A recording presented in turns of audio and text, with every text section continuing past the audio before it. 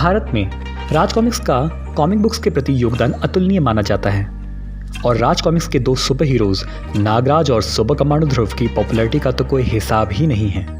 आज हम बात करने जा रहे हैं नागराज के बारे में, जिसे लेकर राज कॉमिक्स बाय संजय गुप्ता और राज कॉमिक्स बाय मनोज गुप्ता जी ने उसकी शुरुआती कॉमिक्स के डिलक्स और प्रीमियम एडिशंस निकाले हैं, जिसने कॉमिक बुक फैंस के बीच में धूम मचा रखी है।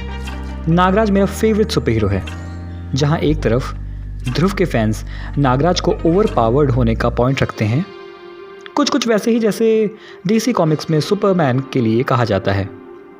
वहीं दूसरी तरफ अगर नागराज के कैरेक्टर को स्टडी किया जाए तो उससे रिलेटेड ऐसी कई बातें हैं जो उसे सभी सुपर हीरो से बिल्कुल अलग करती हैं। आइए इस वीडियो में मैं आपको अपने व्यूज़ बताना चाहूँगा कि नागराज सबसे यूनिक क्यों है। मेरे व्यूज़ को मानना ना मानना यह आपके ऊपर है। तो शुरू करते हैं। अपने पहले इशू से ही नागराज की ओरिजिन स्टोरी अपने में सबसे अलग रही।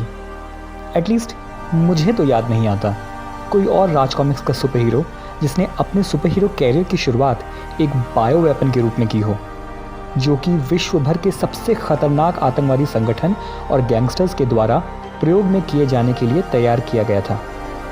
हालांकि नागराज की ओरिजिन स्टोरी खजाना सीरीज़ में चेंज कर दी गई थी, जो हम सभी को पता है, लेकिन कई सालों तक नागराज को प्रोफेसर नागमणि के आविष्कार के रूप में ही जाना गया और पाठकों द्वारा एक्सेप्ट किया गया। नागराज ही एक ऐसा सुपर हीरो है जिसकी सुपर पावर वो जीव है जिससे हम अमूमन डरते और बचते हैं, सांप। सांपों को लेकर यूजुअली कोई सुपर हीरो की कल्पना नागराज से पहले शायद ही करता था।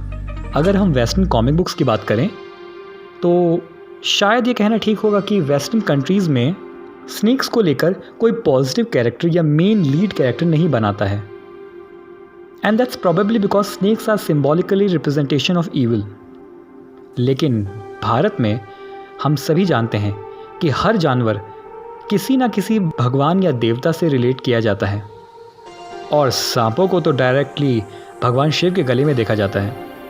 आई फील नागराज के एक्सेप्टेंस में कहीं ना कहीं साइकोलॉजिकली रीडर्स उसको एक डिवाइन कैरेक्टर के रूप में देखते हैं जो बुराई का संहार करता है, ऐसा मुझे लगता है। रेस्ट नो डाउट उसकी कहानी और कई लेजेंडरी कॉमिक बुक आर्टिस्ट्स की वजह से ही पॉसिबल हो पाई है उसकी पॉपुलैरिटी।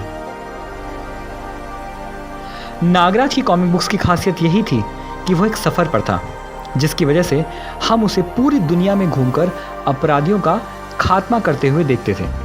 अपनी शुरुआती कॉमिक बुक्स जैसे कि नागराज की हांगकांग यात्रा, नागराज और शांगो, खूनी खोज, इन सभी में हम देखते थे कि नागराज अलग अलग देशों में जाया करता था, और तब नागराज का कोई घर नहीं था, ये पूरी दुनिया ही नागराज का घर थी।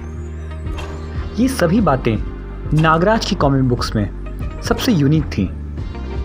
बाद की कॉमिक बुक्स में नागराज को एक ऐसे सुपर हीरो के रूप में दिखाया जाने लग गया था जिसे पूरी दुनिया जानती है, लेकिन उन शुरुआती कहानियों में जब नागराज अपने सफ़र पर था तब उन नए अजनबी शहरों में नागराज को कोई नहीं जानता था, और यही बात उसकी कॉमिक बुक्स को सबसे अलग, रोचक और यूनिक बनाती थी।